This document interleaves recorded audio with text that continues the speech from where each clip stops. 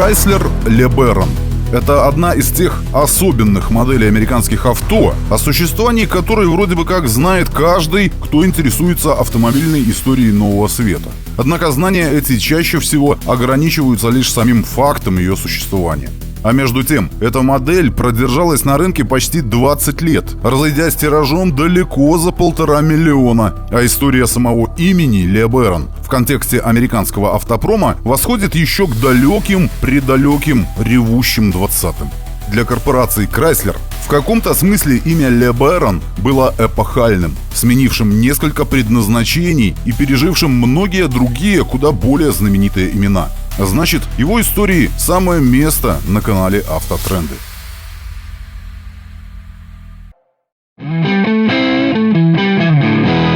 Некоторое время назад у нас был выпуск, посвященный легендарнейшему американскому дизайнеру Раймонду Дитриху, который, среди прочего, также известен как создатель гитары Gibson Firebird, продающейся до сих пор.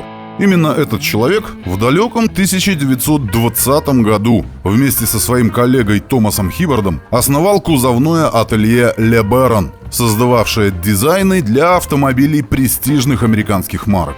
В середине 20-х Дитрих и Хиббард покинули основанную ими компанию, и ателье LeBaron перешло под контроль крупной детройтской промышленной фирмы Briggs Manufacturing, занимавшейся главным образом массовым производством кузовов для автомобилей крупных американских автостроителей, в том числе для Chrysler. Вошедшее в состав Briggs подразделение LeBaron продолжило строить штучный кастомный эксклюзив для покупателей Кадиллаков, Дюзенбергов, Паккардов, а также роскошных крайслеровских империалов. Одним из талантливейших стилистов, работавших в LeBaron до Второй мировой войны, был Алекс Тремалис. Именно он был автором дизайна невероятного концепта Chrysler Thunderbolt Retractable Hardtop 1941 года, чей полностью алюминиевый кузов был водружен на шасси от Chrysler New Yorker с 5,3-литровым 140-сильным двигателем от модели Imperial Crown. Машина была оснащена убирающейся жесткой крышей с электроприводом. И наряду с моделью Buick White Job 1938 года, о которой у нас уже было видео, считается одним из первых в мире концепт-каров, предназначенных для демонстрации идей и возможностей производителя широкой общественности. Примечательно, что после ошеломительного выставочного успеха концепта Thunderbolt корпорация Chrysler построила то ли 5, то ли 6 его копий и продала в частные руки по огромной для того времени цене $8250 за штуку. Чтобы было понятнее, роскошный серийный четырехдверный седан Chrysler Crown Imperial в стандартном исполнении в 1941 году стоил в 4,5 раза меньше. В послевоенный период независимые кузовные ателье, как самостоятельный феномен, фактически стали частью истории. Компания Briggs Manufacturing в 1953-м была полностью поглощена корпорацией Chrysler, попутно унаследовавшей права на использование имени LeBaron. И совсем скоро ему нашлось новое применение. В 1955 году Imperial превратился в полностью самостоятельный флагманский бренд в иерархии Chrysler, а именем LeBaron начали обозначаться самые дорогие флагманские модели этого бренда. Я уже рассказывал историю марки Imperial, поэтому не буду углубляться в подробности. В рамках данного выпуска важно то, что через 20 лет после основания, в 1975-м, Imperial как самостоятельный бренд был устранен. А еще через 2 года дебютировала полностью новая модель автомобиля Chrysler LeBaron первого поколения. К этому времени одним из господствующих трендов на американском рынке стали роскошные, компактные, по американским, разумеется, меркам, автомобили. Эту моду, если можно так выразиться, ввел Лидо Якока со своим новым Ford Granada 1975 года, топовыми версиями которого стали Mercury Monarch и Lincoln Versailles. Запоздалым ответом со стороны Chrysler на этот тренд стала новая платформа M-Body с колесной базой в 276 см, отнесенная производителем к среднеразмерному сегменту. Эту архитектуру получил в распоряжение новый Dodge Diplomat 1977 года и тот самый новейший Chrysler LeBaron. По сути, флагманский среднеразмерный автомобиль концерна. Изначально LeBaron был доступен в кузове купе длиной в 518 см и седан, который был на 5 см длиннее. Год спустя был добавлен универсал LeBaron Town & Country с псевдодеревянным декором кузова. Естественно, ничего сверхъестественного в плане моторов LeBaron предложить не мог. Основным двигателем для модели выступил 318-й 5,2-литровый V8 мощностью в 135 либо 145 лошадиных сил. Правда, для Европы мощность того же мотора была увеличена до 166 конников, которые обеспечивали отнюдь не маленькой по европейским меркам машине вполне себе уверенные 12 секунд разгона до сотни километров и 178 км в час максимальной скорости. В том же 1977 году, когда LeBaron впервые вышел на рынок, корпорация продемонстрировала очень интересную концептуальную версию этой модели, получившую имя LeBaron Turbine. Как становится понятным из названия, машина была оснащена газотурбинной силовой установкой. Лучшие крайслеровские инженерные умы вот уже более 20 лет бились над проблемой использования газотурбинных двигателей на легковых авто, о чем я уже рассказывал лет 5 назад в выпуске про Chrysler Turbine 1963 года.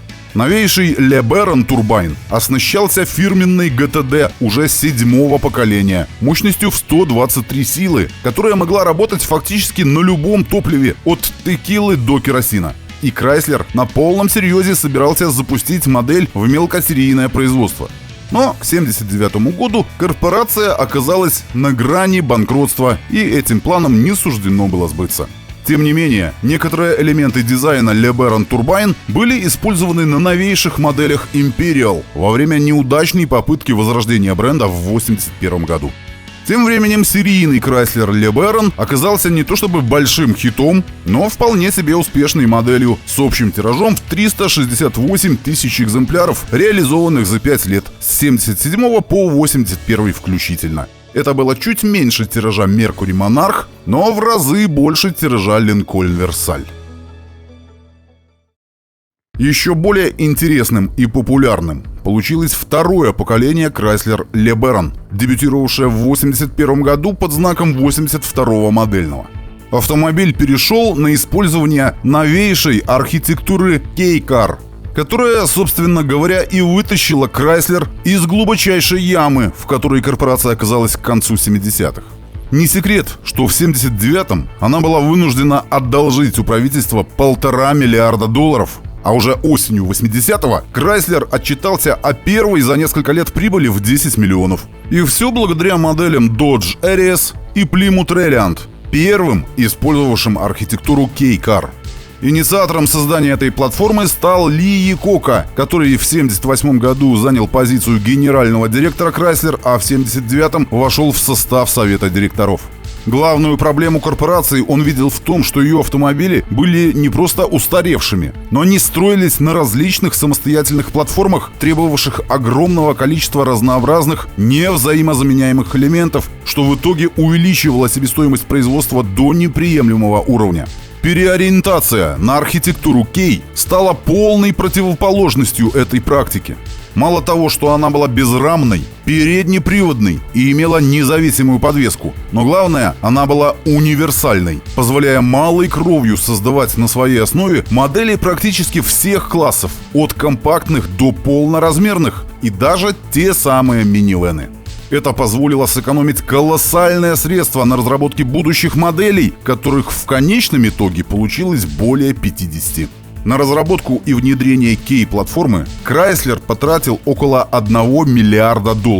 Однако для того, чтобы запустить вторую группу автомобилей семейства K, компании понадобилось всего 50 миллионов. Вот как раз в эту вторую группу и вошло второе поколение Chrysler LeBaron, доступное в кузовах седан, купе, универсал и кабриолет.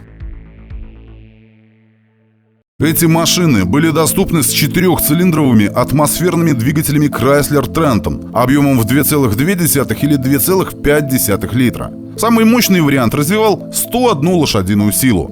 Последовавшее совсем скоро внедрение турбонаддува позволило увеличить мощность до 146 сил на 2,2-литровой версии. LeBaron второго поколения с длиной кузова чуть больше 4,5 метров был отнесен к новому для штатов классу Executive, то есть к бизнес-классу. Ранее американцы не использовали подобную терминологию, но по мере того, как европейские и японские автомобильные ценности укоренялись на американском рынке, местным производителям приходилось под них подстраиваться.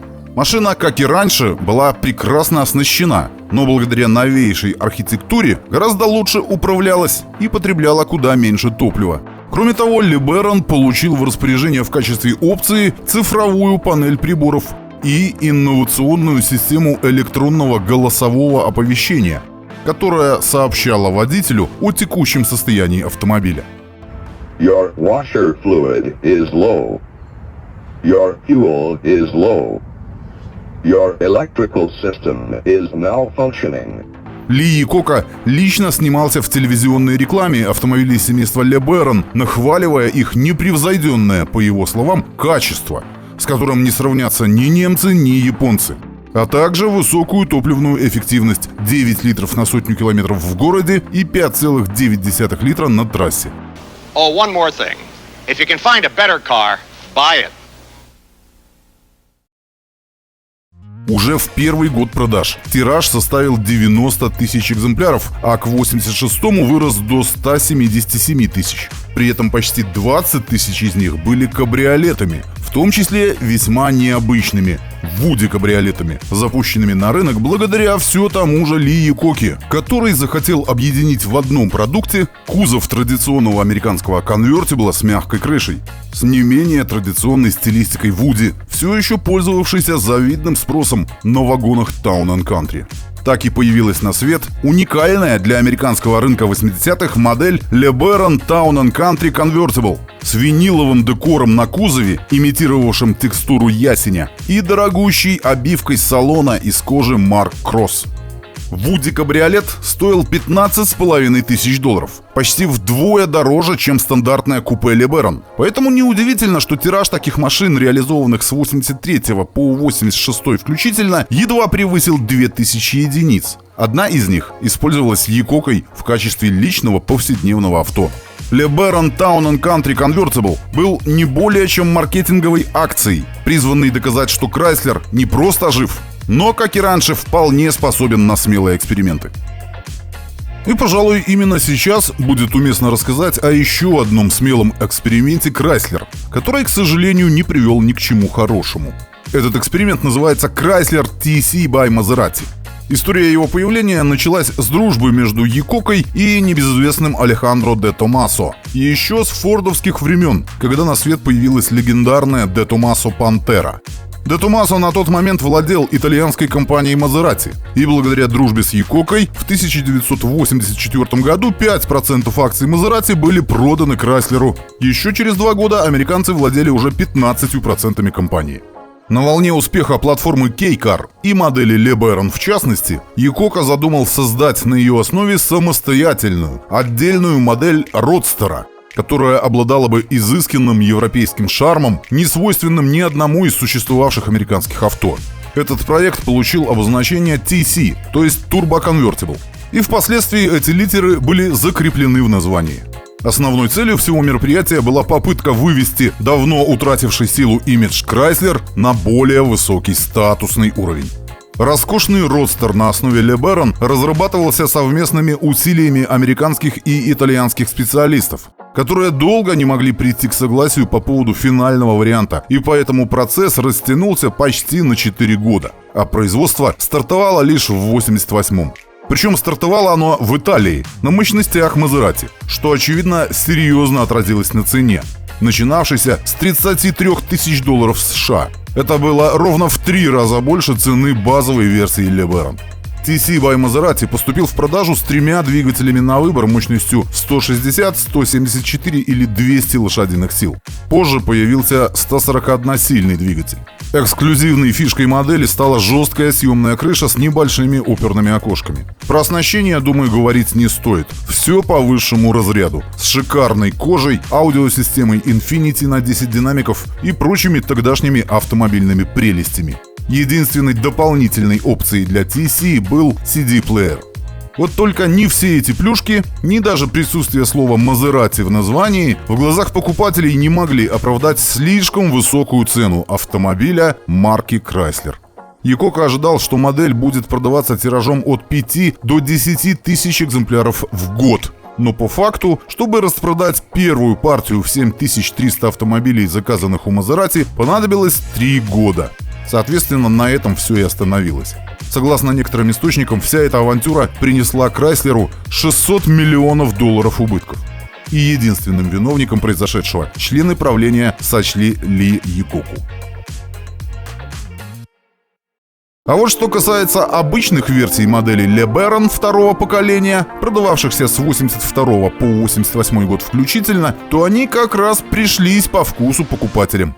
Общий тираж составил внушительные 732 тысячи экземпляров, примерно 10% из которых были кабриолетами, а почти 40% версиями LeBaron GTS, которые продавались лишь 5 лет. GTS был еще более роскошным вариантом LeBaron, который, напомню, сам по себе относился к бизнес-классу. И при этом модель использовала свою собственную архитектуру, обозначенную литерой H. Разумеется, в основе этой платформы лежала все та же переднеприводная K-платформа. Примечательно, что новейшее, третье поколение LeBaron поступило в продажу еще до того, как второе было снято с производства. Седаны и универсалы второй генерации были доступны в 87 и 88 годах, но купе и кабриолеты LeBaron в то же самое время уже были обновлены до третьей генерации, использовавшей новейшую архитектуру AJ, по сути, модернизированную версию платформы K. Третий LeBaron выглядел куда более современно, чем второй, благодаря модному в то время аэростилю. Оснащался бортовым компьютером и слепыми фарами, использовал атмосферные и турбированные моторы. А еще поставлялся покупателю с пусть и урезанной, но все же заводской гарантией 770, то есть 7 лет или 70 тысяч миль пробега. К началу 90-х мощность 2,2-литровой турбочетверки достигала 176 лошадиных сил, позволявших машине разгоняться до 60 миль в час быстрее 8 секунд. К покупке также стал доступен 3-литровый двигатель V6 6G72 от Mitsubishi, развивавший 141 лошадку. Начиная с 93-го модельного года, когда произошел легкий рестайлинг, двигатель V6 стал единственно доступным до конца жизненного цикла этой генерации в 95 году. Совокупный тираж за 9 модельных лет составил почти 512 тысяч экземпляров, что само по себе удивительно с учетом того, что речь идет о двухдверных автомобилях. Но что еще более невероятно, так это тот факт, что 56%, то есть более половины из них, пришлись на кабриолеты, мода на которые, казалось бы, сошла на нет еще в 70-х. Что касается четырехдверных седанов LeBaron, то их производство во втором поколении было прекращено в 88 году и возобновлено в 89-м как машин третьего поколения, датированного 90-м модельным годом. В отличие от двухдверок третьей генерации, седаны LeBaron имели свой собственный дизайн и использовали свою собственную архитектуру AA, которая опять же была производной от переднеприводной платформы K. К этому времени Ли Якока был уже совсем не молод. Он подрастерял былую хватку и слишком сильно заигрался с унификацией и бейдж-инжинирингом, в результате чего новый седан LeBaron стал едва ли не точной копией своих более дешевых соплатформенников Dodge Spirit и Plymouth Acclaim, что не только запутывало потенциальных покупателей, но и нивелировало сам флагманский статус марки Chrysler в глазах этих самых покупателей. Как итог, за 5 модельных лет с 90 по 94 было продано всего 141 тысяча седанов LeBaron. В 95 году прямым преемником всего семейства LeBaron стал Chrysler Cirrus, он же Dodge Stratus, он же Plymouth Breeze. Этот среднеразмерный седан нотчбэк использовал новейшую архитектуру JA, которая, в свою очередь, была производной от знаменитой полноразмерной крайслеровской платформы LH. И в этой связи нельзя упускать из виду тот факт, что хотя Ли Якока и был отправлен на пенсию в 92 году, именно он несколькими годами ранее инициировал разработку этой архитектуры, несмотря на противодействие со стороны других членов правления корпорации. Историю крайслеровских авто семейства LH я уже рассказывал в одном из предыдущих выпусков. Кстати, имя Cirrus впервые было использовано Крайслером на концепте 1992 года, который помимо ультрафутуристичного на тот момент дизайна имел в распоряжении 3-литровый турбомотор под названием «Ярость», потому как, работая на биоэтаноле, он развивал все 400 лошадиных сил. Возвращаясь к LeBaron, можно сказать, что это была вполне успешная модель, разошедшаяся суммарным тиражом в 1 754 000 единиц менее чем за 20 лет существования. Возможно, она не хватала звезд с неба в плане дизайна и технических характеристик. Однако она сумела пережить сразу несколько периодов развития американского автопрома и с успехом сохраняла историческое наследие Chrysler ровно столько, сколько могла.